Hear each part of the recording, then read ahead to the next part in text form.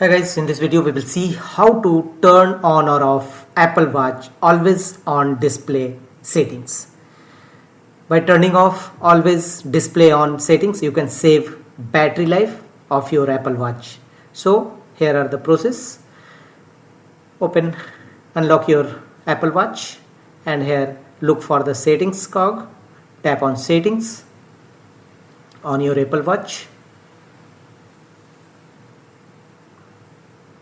Here tap on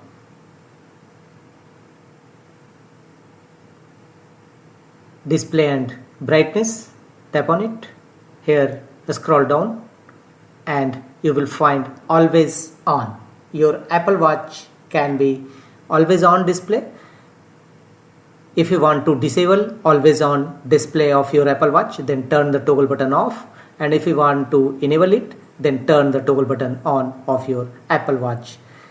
After turning off, you can easily save your battery life of your Apple Watch Series 10. That's all.